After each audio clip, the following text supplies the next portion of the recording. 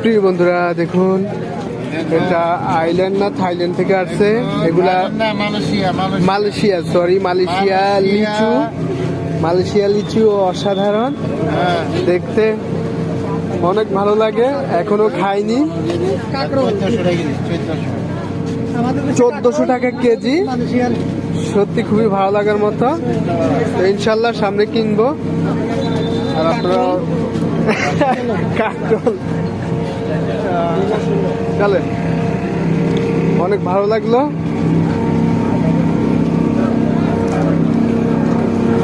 আর এখানে হইলো মাছ,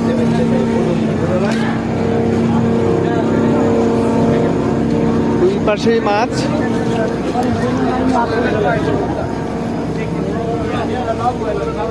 তো সবাই ভালো থাকবেন, সুস্থ থাকবেন।